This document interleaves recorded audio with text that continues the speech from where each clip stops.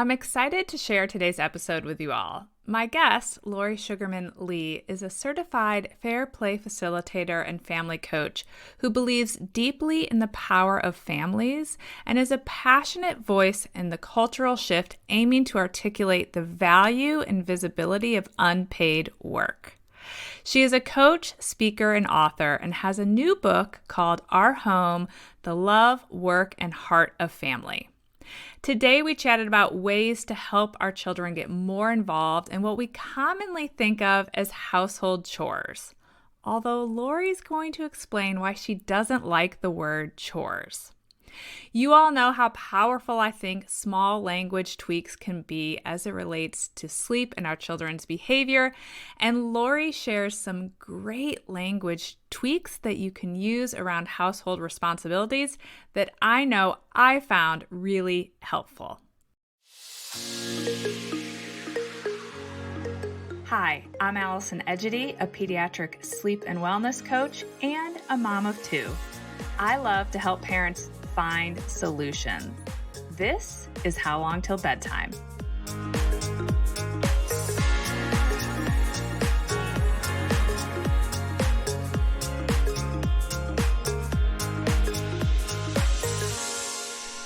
Well, hi, Lori. Thank you so much for joining me today. I'm excited to chat with you about household roles because I think that this is an area where I personally have not found the right balance in my home. But before we dive in, the first question I always like to ask my guests is what inspired you to pursue your vocation? And specifically for you, I'd also love to hear what inspired you to write this book. Well, thanks so much for having me. I'm so happy to be with you today talking about this. This is a vocation I never anticipated. I started my paid career in marketing and strategy. I worked for 15 years for Kraft Foods and Four Seasons Hotels and Resorts. Loved my career. Then I had a baby, and I was living in Canada at the time with a beautiful year-long maternity leave.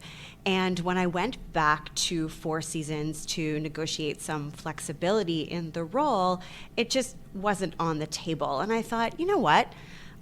This is a really complicated role with kids. There was tons of travel and whatnot. And I thought, let's start a new chapter. And I pivoted all of the skills that I was putting into that job into what I call my unpaid career, which ended up being, because of two international moves and a lot of opportunities that we had, 12, 13 years of care of my children and our community and their schools and a lot of charities around the world. We lived in London, England, and originally we're in Toronto, and now we're in Chicago.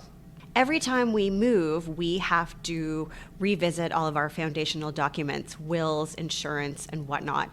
And my husband said to me, let's get you disability insurance because, heaven forbid something happens to you. He said, I'll take a leave and take the head of household role. That's how much it was valued in our family.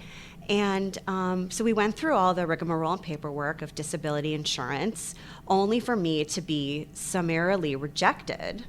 Told by the insurance agent that my thousands of hours of care and community work had no value on his algorithm because I didn't receive a salary for the work. Only said by a man.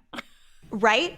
And it was such a bubble bursting moment for me because all of that work had been so valued by my family, by my community, and that was the bubble that I was living in, where there was a tangible, feeling to these contributions. You could see the needle that you were moving and the contributions that you were making, but in the eyes of this gentleman in Middle America, because if something happened to me, there wasn't a loss in salary. Right. There wasn't a loss. Mm-hmm. And so that really lit me on fire and put me on a mission to raise visibility and value for unpaid work, which is the work of care that we know globally women shoulder 75% of, whether they work out of the home for pay or not.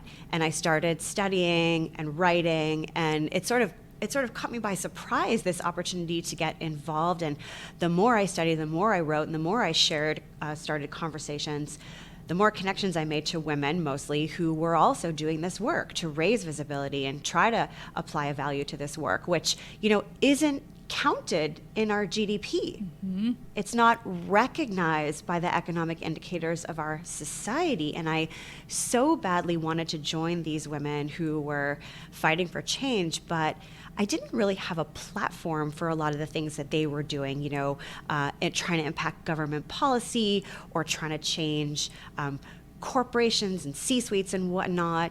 And I thought, well, what can I do credibly? And I looked back at my experience over the past 15 years, which was primarily with children, and I said, you know what?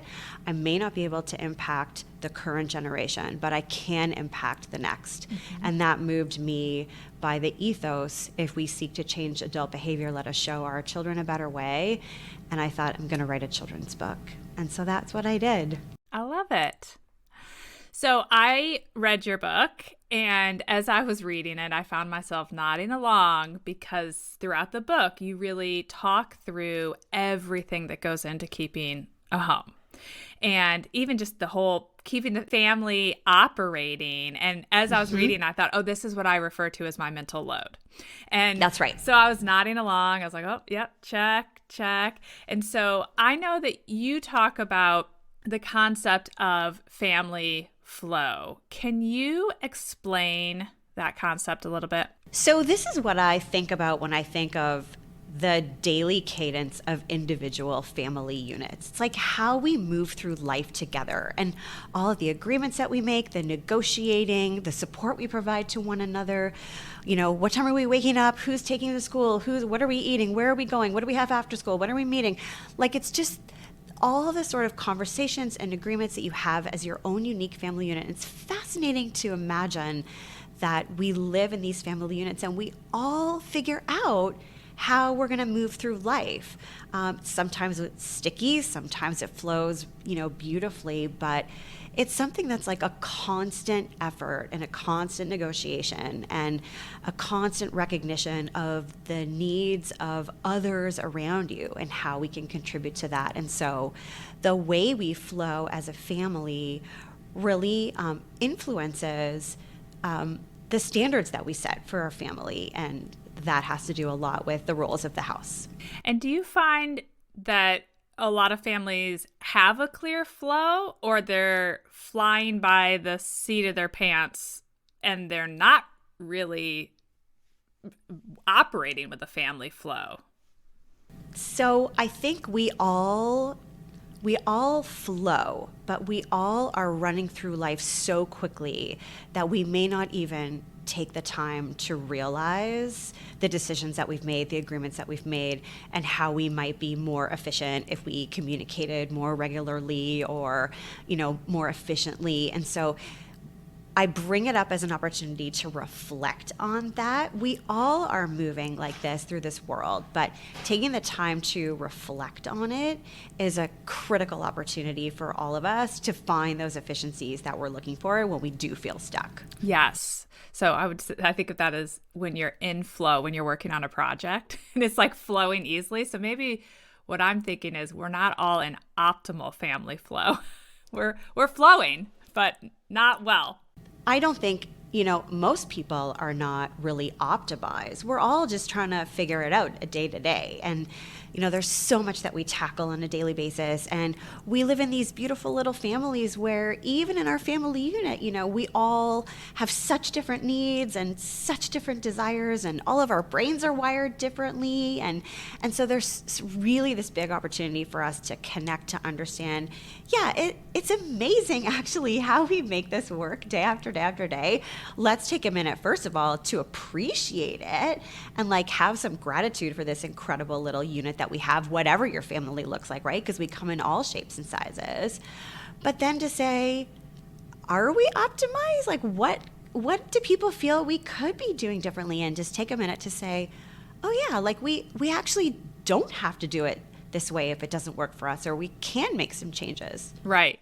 When I was reading your book and you really lay out there all the things we're doing, it made me reflect a little bit on what I refer to as the mental load, and that I often say like, oh gosh, I'm taking too much. And I am someone who's quite open about my parenting journey and just my life in general, for better or for worse. And I've been open about the fact that for me, something had to give, and a lot of it was around my house, and that I decided keeping a perfectly tidy house was not my top priority, and that I'm okay with that.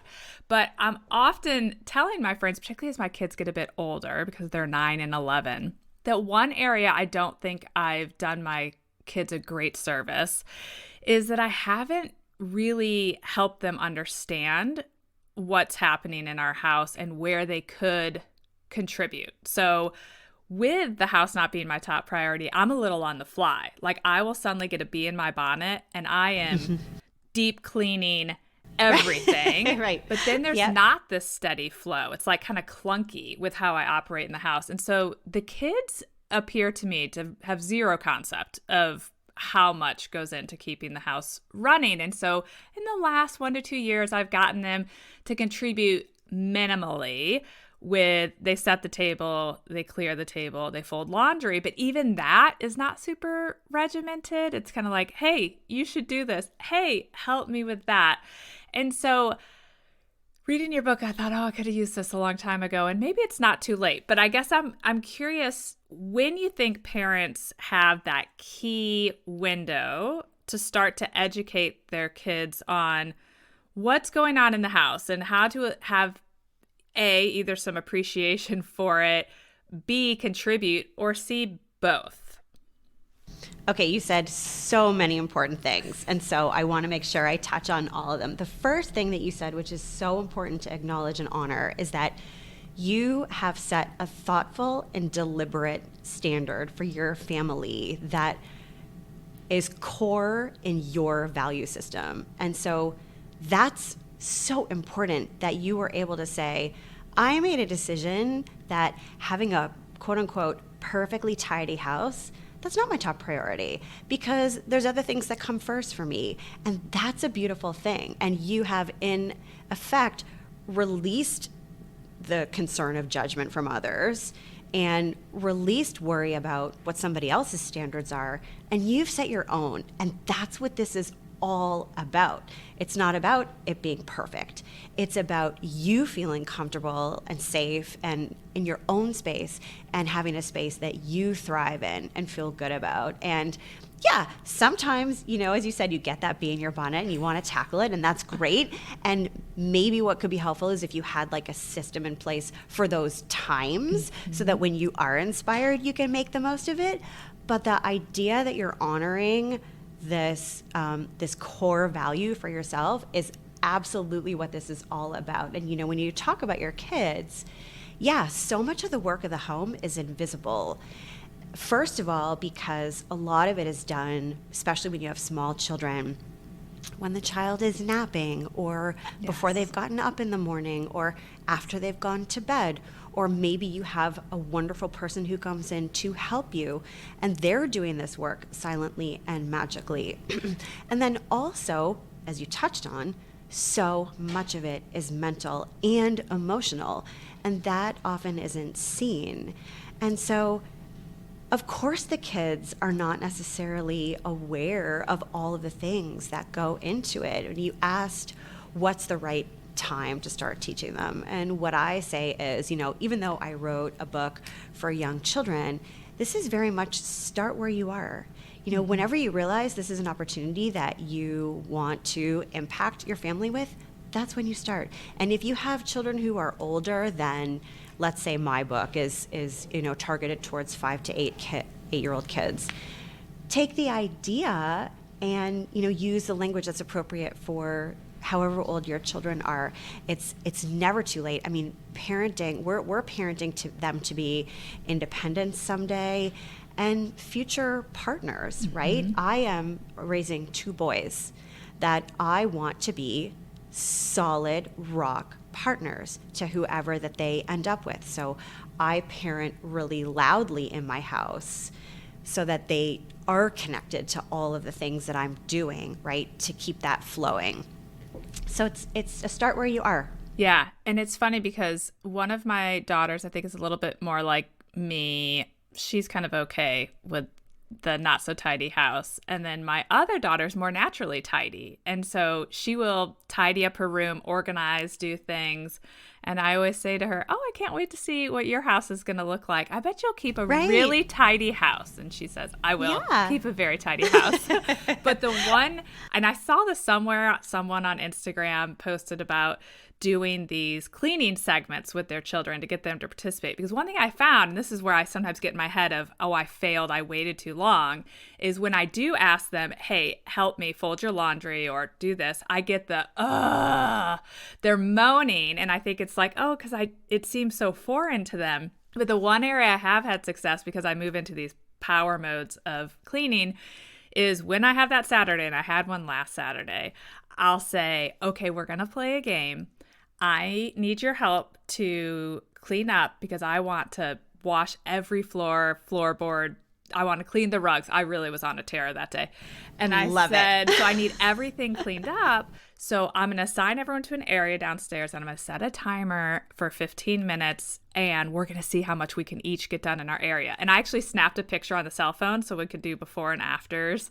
And I have done this a handful of times as of late. And this is where I have the most success with them engaging without complaining because it feels like a game. I really struggle when I just ask them to do something. So if I'm not participating, I get a lot of pushback.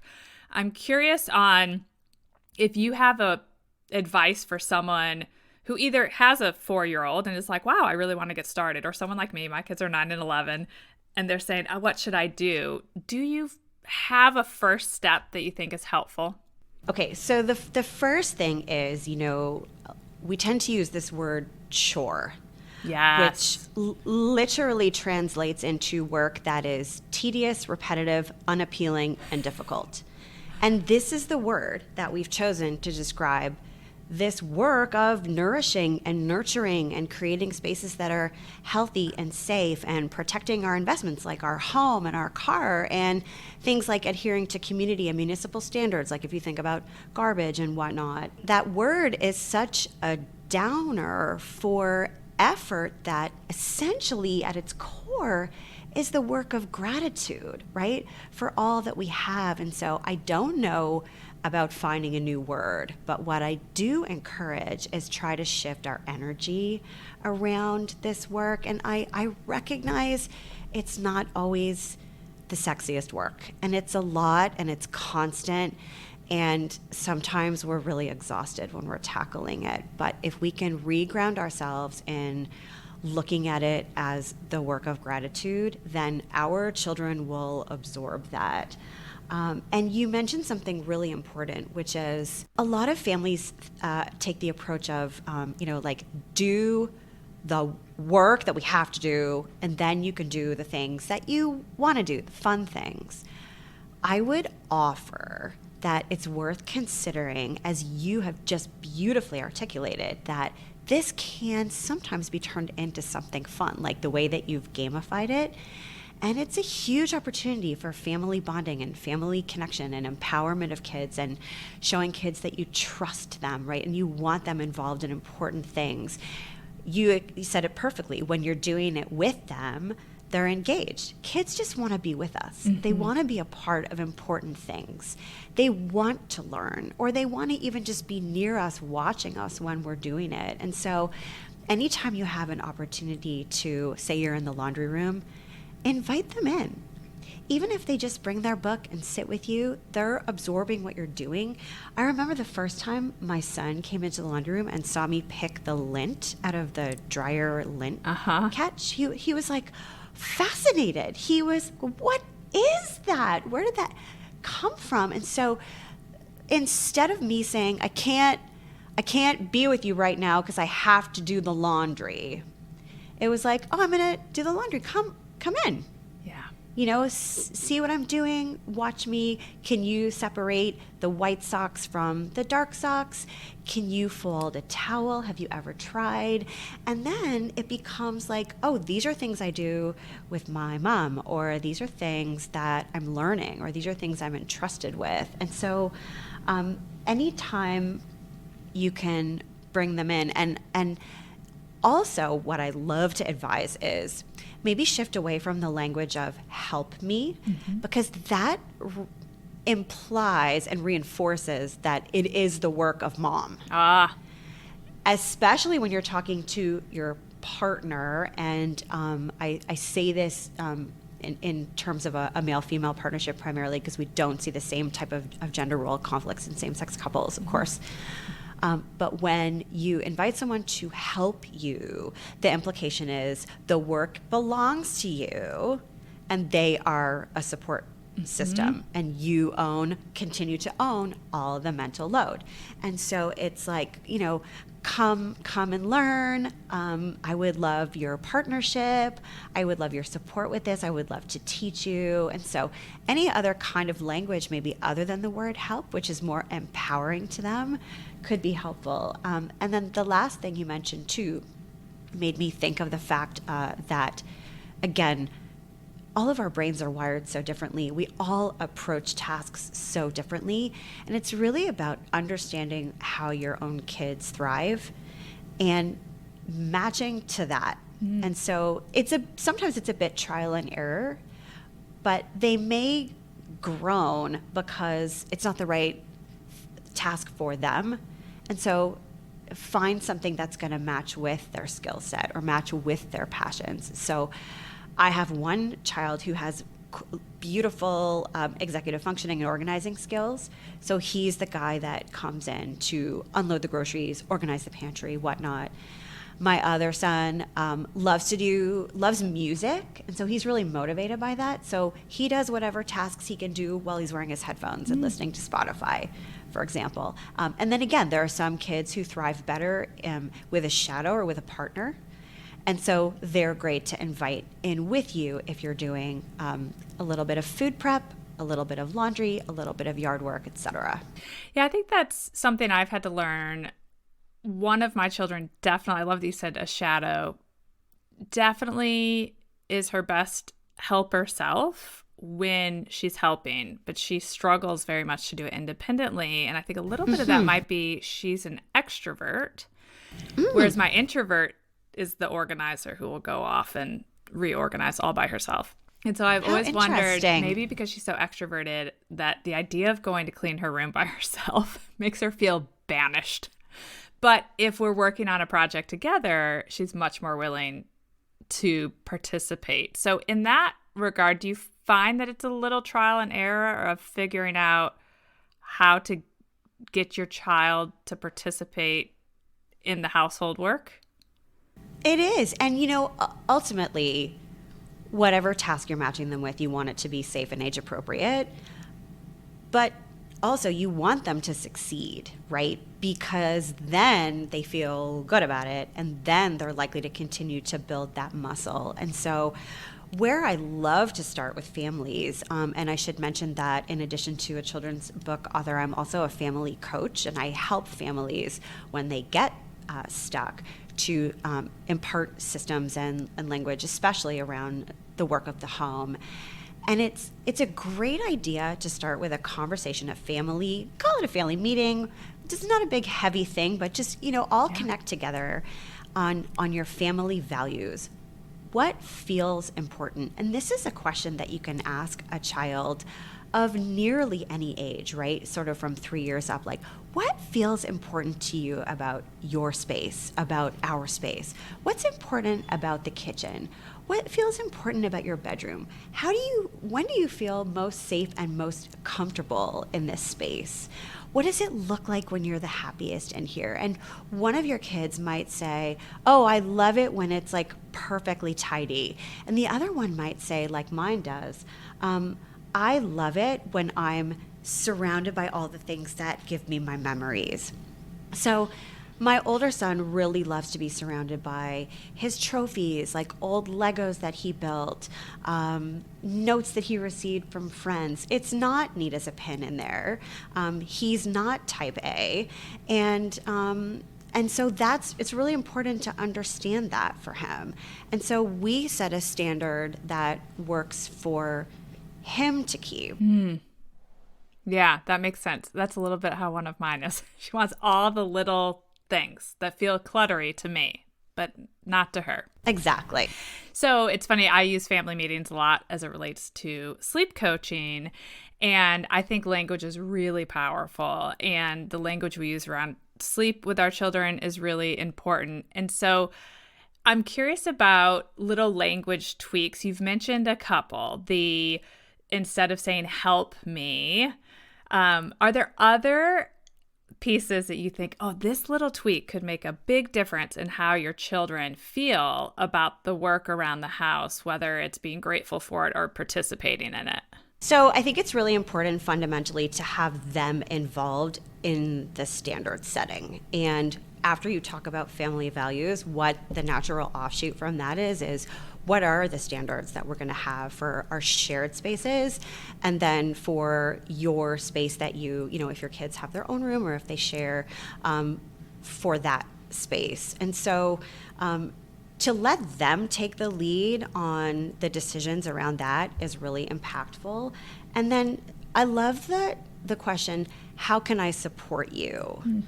Or do you need support? Because sometimes kids have trouble getting started, getting motivated, or they need some reminding on how like a task needs to be done or whatever. So can I support you? Also, when can I expect this to be done? So it establishes that there's an expectation, but it gives them the space to set a rule around it. And so it's almost like a partnership and a trust that you're establishing, where you're saying, I have faith that you're going to do this. I believe you're going to do this. I know you're going to do it how and when you can.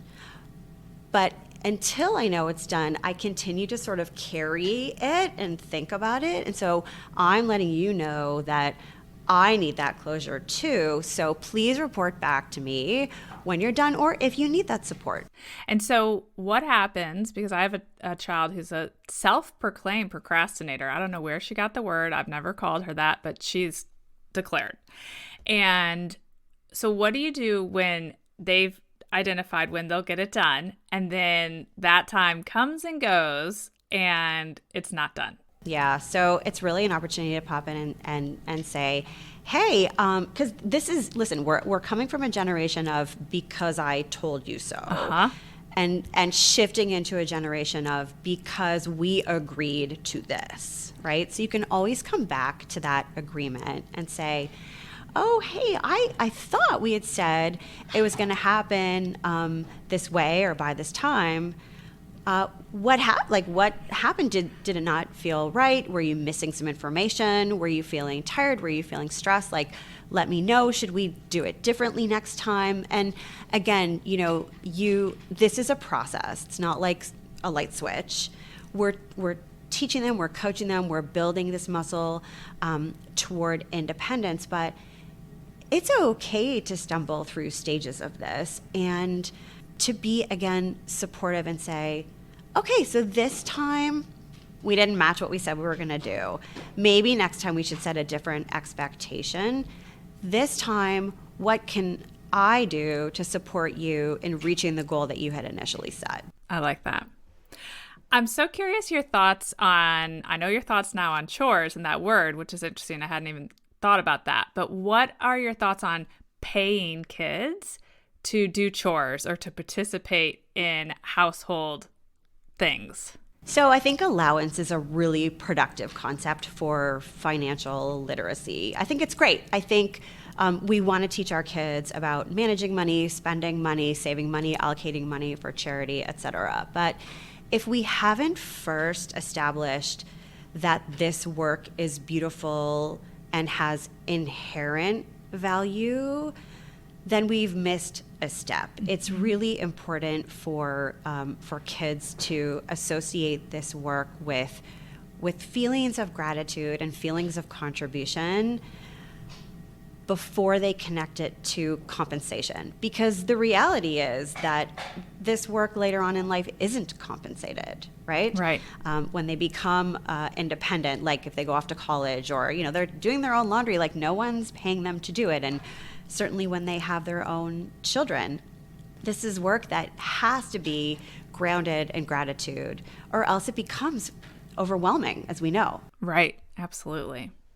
Well, this has been great. I'm curious, are there any last thoughts, tips, or things you want people to know who are thinking about getting started in incorporating their children a little bit more into all that goes on to run a household? So the other thing I love to share with families is I think when children understand a little bit more about the specific meaning behind a lot of this work, they're more likely to have a stake in it. So I call this the why behind the work. And so you gave the example before of, asking your kid to do something and then them sort of feeling like the groan that you get, right? So for example, if I were to ask my 13-year-old to change his sheets, Good example. He's obviously gonna groan, right? Especially that fitted sheet, that pesky fitted sheet. But if I sit down with him and say, you know what, buddy, I just want you to know there's a strong correlation between sleeping on clean sheets and having clear skin. So why don't we every Monday or whatever it is together, I'll help you change your sheets. I'm going to show you how I wash them. We'll put fresh, clean ones. And then every week you have a clean pillowcase on. For littler kids, when you have this sort of frequent, I don't like the word purging, sorting through of the toys and the books, right, that they're constantly outgrowing. And when you suggest, I think it's time to look through our stuff and maybe give some stuff away, it can feel like a loss, right, Yes. to the child. And suddenly things become really, really important and then they're holding on to them. But if you take a little bit of time to explain about circular economy and who the beneficiaries are of your donations and take them to where you might be giving them, help them see who's going to be on the receiving end and what the impact is of that, then suddenly they become very, very proud and invested in the opportunity to sort through their things and pass them along. The third example that I'd love to give is if you're spending a lot of time carpooling and driving around, you may have a car that's covered in wrappers and crumbs and whatnot. And you may want to say, this car is like such a mess, you guys. But if you say to them, you know what, guys, I want to teach you a little bit about the value of cars. And someday we might be selling this car. If we keep it tidy, when we go to sell it in 2 years, 5 years, it might be worth more money for our family. And imagine what we would do if we got an extra $100 or $500, or even if it's $50, then they start dreaming, what's going to happen if we get an extra, what would we do with it? And then they're sort of manifesting that, and they have a stake in the cleanliness of the car. So the more context you can provide so that this isn't just an endless list of chores that we're constantly checking off without any context, the more you can share the meaning behind it, the more of a stake and the more connected they will feel. It's like you're in my house because I'm always saying, look how messy the car is. I'm gonna try that. I'm gonna tweak it. It's funny because as you were talking about telling some of these examples, my one daughter is very interested in money, and she's the one that doesn't like to give anything up or clean anything. And I used to be an investment banker, so I love to talk about money and teaching them how it works. And so one day I went into her room and I said, you did it. Look how organized your desk is. It looks so great. And she said, I didn't do it. I paid my sister to do it. And she said, I love it. She said she likes to organize, Mom, and I have money, and this is how the market works. You get to decide how you want to. Genius. She says you get to decide Genius. how to put your money to work, and she valued being paid for it. Yes. Granted, she really was underpaid. She only charged her like $1, but she said she was willing to be paid. I didn't want to do it. She got money. I put my money to work, and that's how it works. I said, good work. There you go. And that's a system. And she figured it out. She looked at her own values. She looked at what she needed to do, and she put into place a system. I think that's fabulous. Brilliant. Well, it really made me laugh. At the end of the day, everyone got, I guess, what they needed, and exactly. It all worked out. Well, thank you so much for joining me today. I'm glad we're able to connect. I'm excited about your book getting released out into the world. I loved so much of what you shared. Can you tell everyone, A, when the book comes out, how they can find it, and how they can find you? Thank you so much. So the book is officially launching April 30th. It's available for pre-order now, almost everywhere books are sold. And I can be found on Instagram. My account handle is @OurHomeOurPride. And as you beautifully started off with, pride is about feeling safe and happy in your own space, driven by your own values, not about pride in any kind of perfection or standard that is dictated by anybody else. And I'm on LinkedIn as well at Lori Sugarman-Li. Okay, wonderful. Well, thanks so much, and hopefully we'll connect again soon. Bye for now. That would be great. Thank you. Thank you for listening to How Long Till Bedtime. To learn how we can work together to improve your child's sleep, please visit sleepandwellnesscoach.com.